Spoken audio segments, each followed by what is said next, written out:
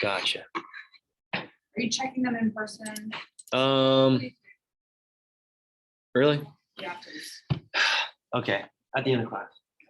So using the assignment from yesterday as a guide, summarize the origins of psychology.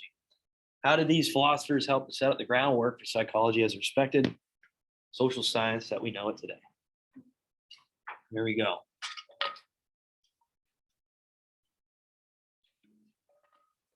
So today we'll talk about structuralism and functionalism.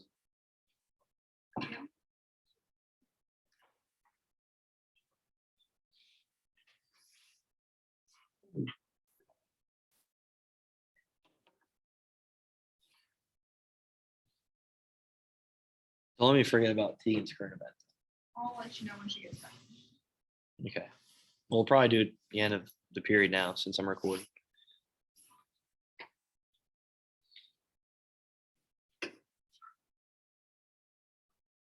Questions are like, no one gets my response.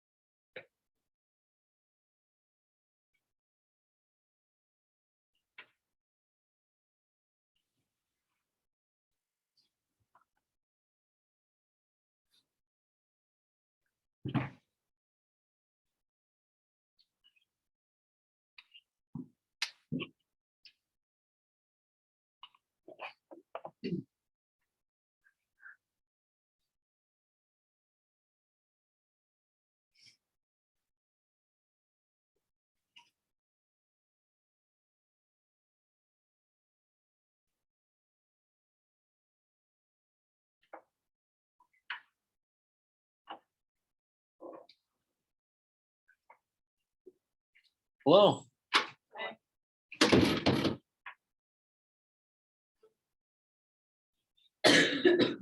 All right, so let's go over this real quick. So the assignment from yesterday is pretty much just the bell ringer. Make sure you guys turn that assignment in. I'm going to give you guys a grade for it. And the bell ringers, I guess I can check at the end of class if we have some time. Tegan, you'll just do your current event at the end of class. Okay. All right, so let's start off with the histories and origins of psych. Leah, go ahead. As Greek philosophers were the first to study psychology and used the world around them and observations to explain their theories. Next were the Renaissance philosophers. Let's stop right there. So the Greek and Roman philosophers, right? So they use observation. They're kind of breaking away from the religious aspects, right? Where this is just depicting people's personalities, their behaviors. Okay, so now we're challenging religion here already with the Greek and Roman philosophers. And they just believe with observation and understanding that people do have concepts of their own and behaviors, personalities. All right, good job. Leah, go ahead. Next were the Renaissance philosophers who rethought the solar system to the way we have it now and refined the way we observe what's going on around us. All right, good job. So using experimentation, so tools to help us understand the world around us. In this case, the solar system. What's that? Telescopes. Yep, good job. Good job. So through this scientific method that we talked about the other day, so you make an observation, you ask a question, okay, you move on from there. Okay, obviously formulate a hypothesis, go through the experimentation, can you analyze the results, you replicate it, and you conclude your results. Okay, good. So experimentation, good. Where else do we go from there? What about Rene Descartes? What did he say? Go ahead, Leah. Yeah, you might as well. After that, Rene Descartes disagreed with the idea of dualism, which was the concept that the mind and body are separate. Instead, he proposed the link that a link existed between the mind and body, since the mind controlled the body and sensations and perceptions. All right, good job. So the nervous system, right? And how the brain interacts with the body. He is discrediting that idea of dualism, where the mind and body are separate. And at this time, obviously focusing more on the brain and understanding that this has functions, purposes, and obviously not only just with sensations, with thinking, with creative thinking, rational thinking, storing memories, emotions, you name it. All right, good job. Where else did it go? Is that it? Okay, so we'll talk today about structuralism. We'll talk today about functionalism and how that is really setting the stage for psychology as what we know it today. So we'll talk about Wilhelm Wundt, Tishner, and William James today. All right, is there any questions on the bell ringer? So have those turned, well, no, I'll come around and check the bell ringer at the end of class, but make sure you guys turn the assignment from yesterday, the one with the origins of psych and the timeline. I'll give you guys a grade for that. All right, so before you get on to, I just have a short reading for you. It won't take you too long, just on functionalism and structuralism. Here's your terms for today.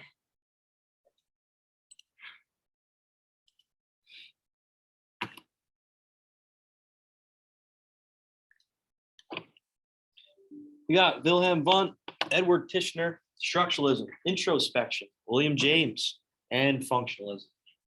So if you want to, you can already start defining these terms as you're reading through the section. All right, so this really starts on page 15. At the bottom, it says historical approaches. Okay, and it moves on to page 16. And then I'd like you to stop before you get to Gestalt psychology. We'll talk more about that on Monday. Okay, and we'll talk about the 6 design principles of Gestalt psychology. So again, start on page 15, historical approaches, structuralism, functionalism. And I'd like you to read inheritable traits. I think that's interesting to talk about. And that nature versus nurture idea. That finishes up on page 17. So use your book to help you define some of these terms as you're reading through the section. Shouldn't take you too long to do.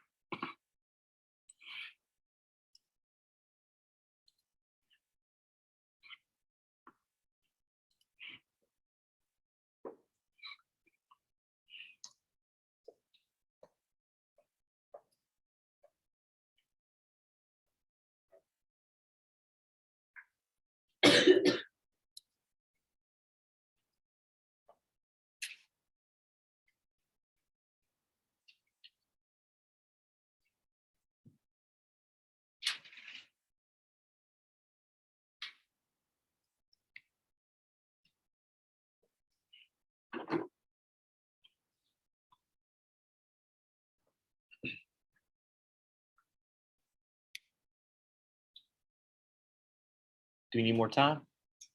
Okay, we need a couple more minutes here.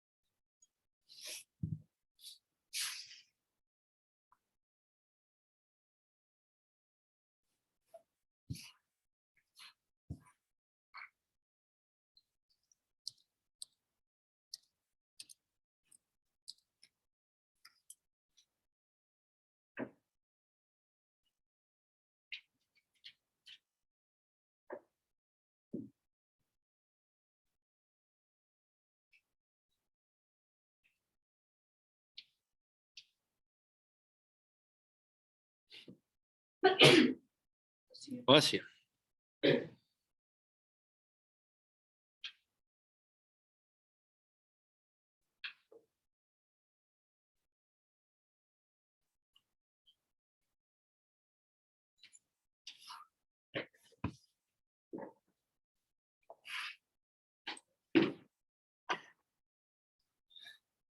All right, we good? Okay. All right, so talked about the origins of psychology. You guys read about that and had that activity, and this is a bell ringer. And we look at the Greek philosophers more as the Western form of psychology, and really the how observation, the basis of the mind, and understanding the mind really comes about. And we'll talk about structuralism and functionalism today and how that's based off of the Greek and Roman philosophers. But there are other forms of psychology that was expressed and studied throughout the world in African and Asian cultures. Okay, and these underdeveloped and indigenous places around the world. And the reason for we don't really look much into that study is just because it's based more off of emotions, based off of religion, and really this spiritual version of understanding the body and mind. That's kind of why we don't really focus and study on it too much. We can't really apply the scientific method to this type of learning and this observation. So again, that's just kind of review what you guys went over, what you guys read yesterday in that assignment. And we already talked about Descartes and really how he challenged dualism, okay, and understood that the mind and the body do work together. The nervous system helps us react to certain stimulus and how that interacts with the brain. Okay, we'll talk about different forms of neurons in the upcoming chapters and really how this information is traveling from the brain and to the rest of the body. And he, again, challenging that idea of dualism where the body and mind work differently, okay, work separate from one another. All right, so in the 1800s, psychology becomes a social science. A lot of that has to do with the study of the mind and really the formation of structuralism and functionalism. So we'll talk about Wilhelm Wundt and how he establishes this first laboratory setting to study the mind and come up with maybe some principles for the conscious mind. Very difficult to do, obviously, in the 1800s. Doesn't really have the technology on his side to really benefit his research and to prove his research. So we'll talk about introspection then as well. Goes along with structuralism. All right, so in the upcoming weeks, we will talk about, next week, we'll talk about Gestalt psychology, okay, and design principles of Gestalt psychology and how we organize certain groups within our mind. And we'll also talk about behaviorism, this belief that we are just reacting off of behavior, okay, and positive and negative influences in our life that makes us act the way we do or forms our personalities, okay. So this might be interactions through experience that we might have with, let's say, other people, okay, family members, okay, or interactions with other groups, and kind of bouncing off of social psychology. Psychoanalysis, we'll mention this more next week with Sigmund Freud. I'm sure you know a little bit about him already and his idea of the iceberg method, okay, the id, ego, superego, and how this is kind of challenging within our mind and our conscious mind, okay, even in our unconscious, okay. So we'll mention more about him next week and his beliefs, his ideas, his theories of the mind and how it works and the challenges that we come across. So we'll mention him more next week as well. But real quick, structuralism, this is where it all starts off. So structuralism, designed by Wilhelm Wundt, he wanted to come up with principles to establish psychology as a social science. We all know chemistry has a periodic table, okay? Physics has the fundamental laws. Wilhelm Wundt was trying to apply some sort of principles or laws to psychology to make it more respected, to make it more of a study, okay? And that we can apply our observations our thoughts and beliefs of the social science to something. And it was very difficult to do, obviously, when you're studying the mind, especially in the 1800s, the conscious mind. So one of the reasons for many people distrusting this approach is because how do you do it? How do you analyze the brain in the 1800s? How do you do it? Leah? Or can you? I'll look at people. You just look at people? Look at Okay. what they're doing. All right. So in the 1800s, how would you study the mind? Cut open people's heads, right? Yeah. It's not like we had scans. We didn't have the technology to understand where exactly these functions, these purposes, these traits are occurring, right? Go ahead. Well, the experiences they have at Okay. All right. Good job. And that's where the formation introspection comes about. So he utilizes introspection in structuralism. That's more Tishner, okay, his colleague. He designed this idea where we can maybe kind of focus these forms of consciousness in a string line of effect, where we can maybe apply these principles to our conscious mind. And the reason for it and the way he's going to do it is through asking questions and jotting down people's behaviors, people's responses to certain stimulus. So in all reality, he's just writing down more about sensation and perception. Okay, that's a chapter we'll mention more towards the end of the semester. So in all reality, he's just writing down people's thoughts and opinions of certain stimulus. Okay, we'll mention some pros and cons to that. All right, so again, structuralism is uncovering the basic structures that make up the mind and thought. So he's trying to come up with some sort of principles to understand people's conscious thought and their beliefs, their emotions, their personalities. Again, very difficult to do. So we already kind of went through these strengths and weaknesses. One of the biggest issues is how do you analyze the brain? How do you understand where in the brain these functions are being processed? Very hard to do. Nowadays, we have a little bit easier time doing it and understanding where these emotions, these personalities, these behaviors are coming from. Memories.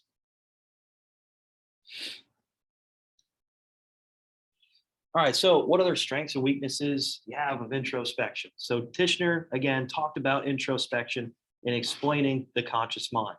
So this is literally just him asking questions to people of what they experience, of what is stimulating around them. So he might play a sound and ask them, hey, what did you hear? Okay.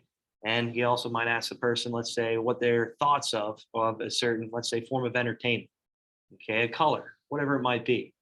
Okay, so they give a response, he jots it down, and he tries to come up with some characteristics that are similar amongst the people he studies. Okay, and what's the problem with that, though? What's the problem with introspection? If you're just going to ask people their thoughts and opinions about certain stimulus, what do you think, Ryan? People are always going to be honest. What's that? People are not always going to be honest. Yeah, good job. They might have a different perspective of, let's say, a certain image or a certain sound. Okay, so honestly, that might be a reason. What else? What else? So if he's going to try to apply this to make some sort of similarity of observations of many different people, do you think people all think the same? Do you think they all have a similar idea of, let's say, a certain song, music, or a picture of something, or an animal? There? Yes, good job. And that's one of the main problems with introspection. It's just too bland, right? It's just too broad. People are going to have different opinions and different expectations of something, right? People are going to have a different thought process of whatever stimulus is playing. Let's face it, we all don't like the same music. We all don't like the same food, right? We all don't like the same forms of entertainment. So it's very difficult to narrow down principles that are similar amongst people when everybody has a different opinion. And you can look at the whole world and realize that not everybody around the world enjoys the same things or has the same viewpoints. And that kind of goes along more with sociology. So Wilhelm Wundt, one thing to note about him, make sure you write that down. He's the father of psychology. Okay, he is the one that really studied psychology in a laboratory setting. And through introspection, he's going to try to apply principles of the conscious mind to this form and this historical approach. So he was the first person to have a laboratory setting, applying it to observable behaviors and interactions with people through introspection. Again, people challenge this. like William James. So William James, he's the father of psychology in the United States at Harvard. Okay. And he believes that we shouldn't try to use introspection. We should try to break free from this laboratory setting. Okay. We need to try to think of the functions of consciousness that helps us live our life, that helps us evolve. Okay. And helps us survive in our environment. So who do you think he's siding with? Charles Darwin, right? This evolutionary process, this evolutionary theory. Okay, he believes that psychology should focus more on how people interact, people behave, and their personality traits depending on natural selection. Okay, what has helped them survive up to this point? And consciousness should be a string line of effects that helps us survive in our own environment. So he's saying we shouldn't just study psychology in a laboratory. We should more focus on what psychology, what functions of our mind helps us survive in our own environment.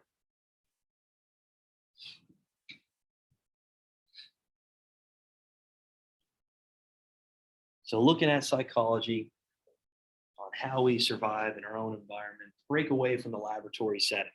How can we apply psychology to our lives? It's an evolutionary process. All right, I just had a couple pictures of introspection. I just thought this was kind of funny to talk about.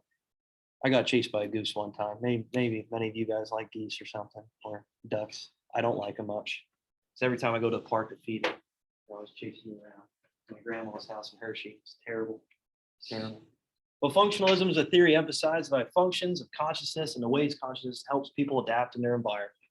So he broke it down into different parts. And he thought that each part of the functions listed here below is a way that we survive in our environment. So through sensation, through motor coordination, cognition, self-learning, reasoning. So how we can apply what we've learned to help us survive in our environment. The unconscious mind. We'll talk more about that when we get to Freud, but he believed the unconscious mind does have a way of helping us and evolve through our sleep process. Okay, a lot of this unconscious mind comes to fruition during our dream state, and how this might be foreshadowing a way to help us survive. Memory, okay, power, and then consciousness. So or through our conscious state. So again, the functions of our mind, of our consciousness is going to help us survive in our environment. We need to apply this more to how we live rather than just a laboratory setting, just people asking questions of what they feel about certain stimulus. Okay, we need to break away from this structuralist approach. All right, last slide I got for you. Again, critics of structuralism is just really talking about how we need to apply it more to our life and how evolutionary psychology through our conscious mind, we're trying to adapt, we're trying to survive. And this string of consciousness is, you can even go to pre-conscious memory, is a way for us to live in our life without any issues, any conflicts, any problems. Okay. Again, taking more of this evolutionary approach. We'll talk about certain perspectives more next week. Okay, so contemporary approaches of psychology more next week. And we'll talk about behaviorism, psychoanalysis. We'll talk about the biological perspective. Okay, things like that, humanistic perspective. All right, is there any questions on functionalism and structuralism? You guys good with Wilhelm von Tishner? Okay, introspection. Good with William James and functionalism? Okay. All right, Tegan. Excited to hear this current event.